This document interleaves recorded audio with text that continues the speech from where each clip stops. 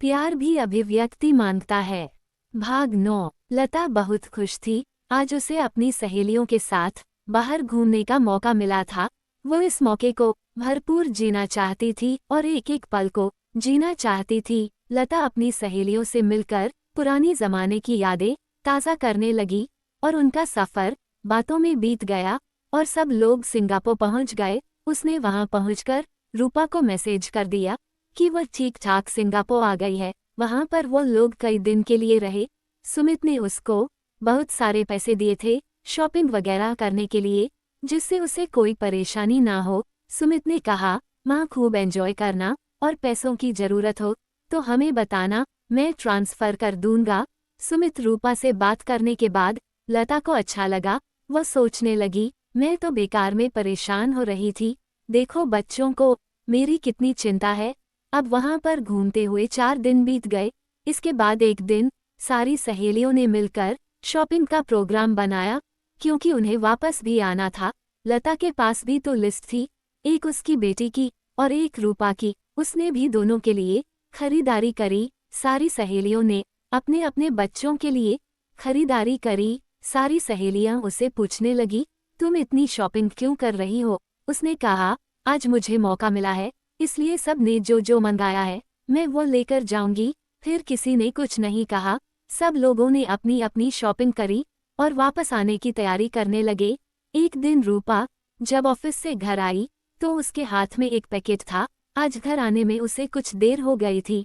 दादी ने रूपा से पूछा कि आज देर कैसे हो गई आने में। तब सुमित ने बताया कि रूपा को कुछ काम था, उसे यह पैकेट लेने जाना था, इसी में देर हो गई। दादी ने पूछा, क्या है इसमें, क्या है, ला जरा दिखा। दादी की बात सुनकर दादाजी बोले, रुक जाओ, अभी रूपा हाथ मुंह धोकर आती होगी, फिर उसी से पूछ लेना कि इसमें क्या है। तभी रूपा भी हाथ मुंह धोकर आ गई और रानी भी सबके लिए चाय नाश्ता ले आई।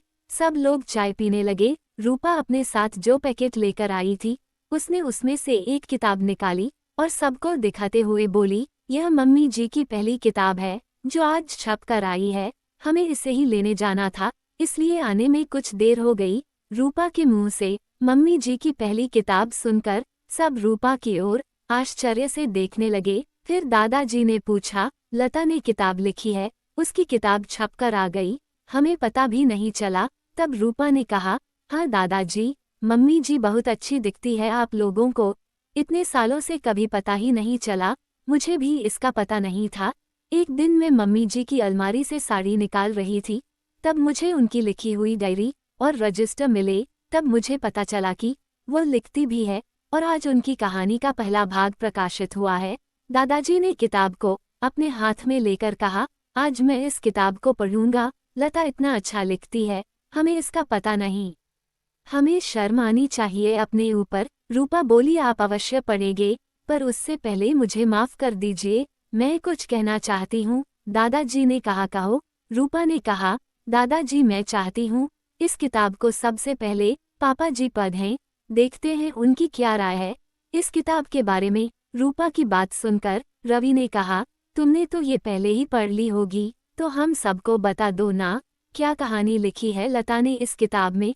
रवि की बात सुनकर दादाजी बोले, यह क्या बात हुई कि तुम बता दो इस कहानी में क्या है, तुम्हारी पत्नी की पहली किताब छपी है, तुम्हें तो बहुत उत्सुकता होनी चाहिए इसे पढ़ने के लिए, पर नहीं, तुम तो उसे पढ़ना तक नहीं चाहते। दादाजी की बात सुनकर रवि कुछ बोले नहीं, पापा ऐसी कोई बात नहीं है। फिर दादी ने रूपा से पूछा, उस पैकेट में क्या है। रूपा ने बताया कि जिन्होंने किताब छापी है उन्होंने मम्मी जी के लिए भेजा है और किताब की एक प्रति उन्होंने मुझे भी दी है। फिर रूपा ने लता की पहली किताब, जिसका शीर्षक था उड़ान, रवि के हाथ में पकड़ा दी। रवि किताब को लेकर अपने कमरे में आ गए। कल को रविवार था तो छुट्टी थी, इसलिए आराम से किताब को पढ़ने लगे। पहले तो उन्हें वह किसी और लड़की की कहानी महसूस हुई, पर जैसे जैसे कहानी को आगे पढ़ते गए तब उन्हें लगा कि यह तो लता की खुद की कहानी है। लता ने इस कहानी के माध्यम से अपनी पूरी जिंदगी को ही कागज पर उतार दिया था। लता ने अपने अंदर के दर्द, अपनी घुटन, अपनी छटपटाहट को इस तरह कहानी में बयां किया कि जो भी कोई पढ़ता आंसू आ जाते। जिसे सब लोग सुखी समझते थे वो अपने अंदर कितना दर्द समेटे हुए थी और सारे रिश्ते कितनी खूबसूरती से निभा रही थी, यह कोई समझ नहीं सकता था। वह सारे रिश्तों को अपनी जिंदगी समझकर निभा रही थी, फिर भी कोई उसकी छटपटाहट नहीं देख रहा था। लता की किताब पढ़कर रवि को अपने ऊपर शर्मिंदगी महसूस होने लगी कि वह कैसा पति है, उसे अपनी पत्नी का दर्द कभी महसूस नहीं हुआ। वह सोचता था कि लता कितनी सुखी है, वो एक महिला है, घर परिवार है, 2 बच्चे हैं, उसकी बातें मानते हैं। पर वो कितना गलत था, वो ये क्यों भूल गया कि वो एक पत्नी, एक माँ होने के अलावा एक इंसान भी है और हर इंसान की अपनी कुछ इच्छाएं और चाहते होती हैं। जब लता उससे कुछ कहती होगी, वो उसकी और कोई ध्यान नहीं देता होगा, तो उस समय उसके अंदर कितनी छटपटाहट होगी, पर उसने तो उस छटपटाहट को कभी महसूस नहीं होने दिया। रवि ने कभी उसे समझने की कोशिश ही नहीं करी, वो हमेशा एक भ्रम के जाल में ही उलझा रहा। लता तो एक सुखी महिला है, जिसका एक सुखी घर संसार है। अब रवि को बहुत ग्लानि होने लगी कि लता के कई बार संकेत देने के बाद भी वो कुछ समझ क्यों नहीं पाया। कहानी पूरी पढ़ते पढ़ते रवि की आंखों में आंसू आ गए। आज उसे लता के दर्द का पूरा एहसास हो गया था। रवि को पूरी रात नींद नहीं आई, उसे बार बार अपनी गलती का एहसास हो रहा था। अगली सुबह वह किसी से कुछ नहीं बोला और चुपचाप नाश्ता करके ऑफिस चला गया। उसे आज खुद पर शर्म आ रही थी कि रूपा उसके बारे में क्या सोच रही होगी, कि वह कैसा पति है जो अपने पत्नी के दिल की बात नहीं समझता, उसका ध्यान नहीं रखता। अगले दिन दादाजी ने भी वह किताब पढ़ी, उन्हें कहानी बहुत पसंद आई। उन्होंने कहा कि लता के अंदर छटपटाहट होना लाजमी है, वो हमेशा सबके दिल की बात समझ जाती है, पर हमने कभी उसके दिल की बात नहीं समझी। जब हमें सब कुछ पता चल गया है, तो हम सबको इस बात का ध्यान रखना होगा कि उसकी इच्छाओं का मान रखें और उसे उड़ान भरने के लिए खुला आसमान देने की कोशिश करें, जिससे उसके अंदर का सूनापन कम हो और उसकी छटपटाहट को विराम मिल सके, वरना इसके दुष्परिणाम भी सामने आ सकते हैं। लता की किताब पढ़ने के बाद सबको लता के अंदर की छटपटाहट के बारे में पता चल गया था और सबको लता के अंदर के हुनर का भी पता चल गया था कि लता एक बहुत अच्छी लेखिका है, और उसी के साथ सबको अपनी गलती का एहसास भी हो चुका था। किताब पढ़ने के बाद दादाजी ने रूपा से कहा, बेटा लता ने क्या कोई और कहानी भी लिखी है? रूपा ने कहा, हाँ और भी है। तब दादाजी ने रूपा से कहा कि हमें लता की और कहानियों को भी छपवाना चाहिए। रूपा ने दादाजी को आश्वासन दिया कि अब मम्मी जी की यह उड़ान को हम रुकने नहीं देंगे। 2-3 दिन के बाद लता सिंगापुर से घर आ गई, पर वापस आने के बाद उसे घर में कुछ अलग सी अनुभूति हो रही थी। आज रूपा घर पर ही थी, उसने आज लता की पसंद का चाइनीज खाना बनाया था। लता जल्दी से हाथ मुंह धोकर खाना खाने आ गई।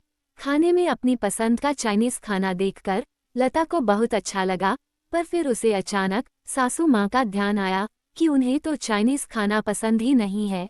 तब सासू माँ बोली, कोई नहीं, एक दिन तो सब चलता है। लता को बड़ा आश्चर्य हुआ कि छोटी छोटी बातों पर मुंह टेढ़ा कर लेने वाली सासू माँ भी आज शांत बैठकर चाइनीज बड़े आनंद से खा रही थी। खाना खाकर लता अपने कमरे में आ गई और अपना सामान अलमारी में जमाने लगी, तो उसने देखा कि उसकी लिखी हुई कहानियों के कोई भी रजिस्टर अपनी जगह पर नहीं है। लता ने रूपा से इस बारे में पूछा, तो उसने लता को बताया कि वे उसने पढ़ने के लिए निकाली है। शाम को रवि और सुमित भी घर आ गए। सुमित तो आते ही लता के गले लग गया और लता से पूछने लगा कि उनका ट्रिप कैसा रहा। रवि ने सिर्फ मुस्कुराकर लता का स्वागत किया। रूपा ने सबसे कहा कि पहले सब लोग खाना खा लेते हैं, फिर बैठकर मम्मी जी से सारी बातें सुनेंगे, और मम्मी जी सबके लिए गिफ्ट भी तो लाई है, हम उनको भी देखते हैं।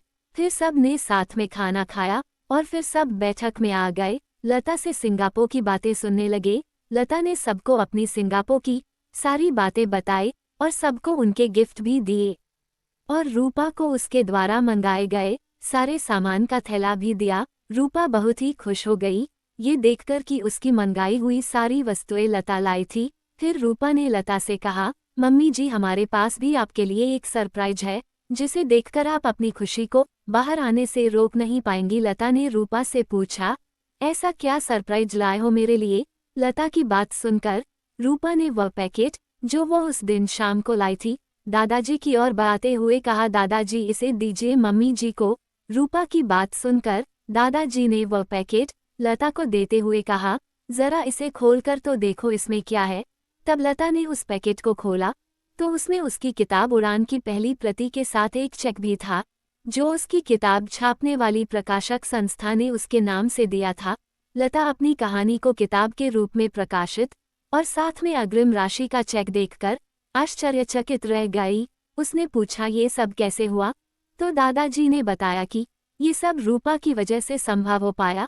हमें तो आज तक ये भी पता नहीं था कि तुम लिखती भी हो। रूपा ने तुम्हारी कहानी को लेकर ये किताब प्रकाशित करवाई और उसका नाम दिया है उड़ान। फिर रूपा ने लता को बताया कि हमने बाकी कहानी को भी किताब के रूप में छापने का निर्णय लिया है और उन्हें प्रकाशक मंडल के पास भेजा गया है ताकि वह उस पर क्या काम करना है विचार कर सके। रूपा की बात सुनकर लता की आंखों में आंसू आ गए और उसने रूपा को कसकर अपने गले लगा लिया और उसका धन्यवाद किया कि उसने उसकी उड़ान को पंख दिए हैं, जिस बारे में कभी किसी ने सोचा तक नहीं। उसने उसे साकार कर दिखाया। लता बहुत देर रोती रही। उसे तो विश्वास ही नहीं हो रहा था कि रूपा ने उसका सपना साकार कर दिखाया है। लता की समझ में कुछ नहीं आ रहा था कि यह उसका सपना है या हकीकत। वह अपनी खुशी कैसे जाहिर करे, रूपा का शुक्रिया कैसे अदा करें। रूपा और सुमित ने फिर लता के साथ बहुत देर तक बातें करी और उसे समझाया कि उसका भी एक सपना पूरा हुआ है। अभी तो वैसे बहुत सारे सपने अभी पूरे होने बाकी हैं। लता ने अपने दोनों बच्चों को प्यार से गले लगा लिया। कुछ देर बाद रूपा और सुमित सोने चले गए तो लता भी अपने कमरे में आ गई। तब लता ने देखा कि आज रवि भी अभी तक नहीं सोए हैं, जबकि वह इतनी रात तक कभी नहीं जागते। रवि को जगे हुए देख लता ने उनसे पूछा, वह आज सोए क्यों नहीं? रवि बोले, बस ऐसे ही कहकर लता की ओर देखने लगे। लता ने रवि को इस तरह अपनी ओर देखते हुए देखा तो रवि से पूछने लगी कि आज आप मुझे ऐसे क्यों देख रहे हैं? तब रवि ने लता को अपने पास बिठाया और कहा, मुझे तुमसे कुछ बात करनी है। लता कहने लगी, कहिए क्या कहना चाहते हैं आप, जिसके लिए अभी तक आप जाग रहे हैं? लता फिर मुस्कुराने लगती है क्योंकि रवि को उसने कभी इस तरह उससे बात करते हुए नहीं देखा था। लता को मुस्कुराते हुए देखकर रवि समझ गए कि वो उन्हें ताना मार रही है। रवि ने लता का हाथ पकड़कर उसे बेड पर बिठाते हुए कहा, तुम जरा बैठो तो सही, तब बताता हूँ कि क्या कहना है। रवि की बात सुनकर लता भी समझ गई कि जरूर कोई बड़ी बात है, तभी रवि इस तरह बातें कर रहे हैं। फिर वह चुपचाप रवि के बगल में बेड पर ही आकर बैठ गई और रवि से बोली, कहिए क्या कहना चाहते हैं आप? रवि ने लता का हाथ अपने हाथ में लेते हुए कहा, लता मुझे माफ कर दो, मैं तुम्हारा गुनहगार हूँ। तुम्हारे इस अकेलेपन और छटपटाहट के लिए मैं ही सबसे ज्यादा जिम्मेदार हूँ। मैंने तुम्हारी किताब पूरी पढ़ी, तब मुझे अपनी गलती का एहसास हुआ और पति के रूप में मैं तुम्हारी अपेक्षाओं पर कभी खरा नहीं उतरा। मुझे माफ कर दो और अपनी गलती सुधारने का एक मौका दे दो। लता को तो जैसे विश्वास ही नहीं हो रहा था कि रवि क्या कह रहे हैं। जो बात समझने में उसने पूरी जिंदगी निकाल दी, वही बात उसकी कहानी पढ़कर रवि इतनी अच्छी तरह से समझ गए। ये सब रूपा के कारण ही संभव हो पाया। उसने सोचा, है भगवान रूपा जैसी बहू सबको दे। रवि ने लता से कहा, मेरी अब दिली तमन्ना है कि रूपा ने जिस उड़ान को भरने के लिए तुम्हें पंख दिए हैं, तुम उस उड़ान को अब रोकना मत। अब तुम्हें खुले आसमान में पूरे पंख फैलाकर उड़ान भरनी है। इसके लिए मैं हर कदम पर तुम्हारे साथ खड़ा रहूंगा। रूपा ने बड़ी मेहनत से ये सब कर दिखाया है। अब हमें तुम्हारी उड़ान को रोकना नहीं है, बल्कि नई उड़ान भरने की तैयारी करनी है। यह उड़ान जो एक गृह लक्ष्मी की है, बाकी स्त्रियों के लिए भी प्रेरणा स्रोत होनी चाहिए। ये जाया नहीं जानी चाहिए। रवि की बात सुनकर लता की आंखों में आंसू आ गए। आज उसके अंदर के अकेलेपन से उसे मुक्ति मिल गई थी। उसकी घुटन खत्म हो रही थी और उसकी छटपटाहट ने अब एकत्रित होकर उड़ान का रूप ले लिया था। लता एकदम से रवि के गले लग गई। रवि ने भी उसे अपनी बाहों में भर लिया। आज एक की नहीं, दोनों की छटपटाहट खत्म हो चुकी थी। लता ने आज एक सुकून भरी रात बिना किसी छटपटाहट के गुजारी थी। अगले दिन सुबह लता जब जागी तो उसके अंदर एक नई स्फूर्ति ने जन्म ले लिया था। वह अपने को बिल्कुल तरोताजा महसूस कर रही थी। एक नई सुबह के साथ वह तैयार थी, एक नई दिशा में उड़ान भरने के लिए, क्योंकि उसने कर दिखाया था कि एक गृहिणी भी खुले आसमान में उड़ान भर सकती है। अगर उसके अपने उसका साथ दे तो फिर क्या असंभव है? कुछ भी नहीं। सामने उड़ने को खुला आसमान है। ये कहानी हम गृहिणियों के दिल की आवाज़ है, जिसे हर गृहिणी ने कभी ना कभी महसूस अवश्य किया होगा। मैं भी एक गृहिणी हूँ, इसीलिए लता के दिल की आवाज़ को भली भांति महसूस कर सकती हूँ।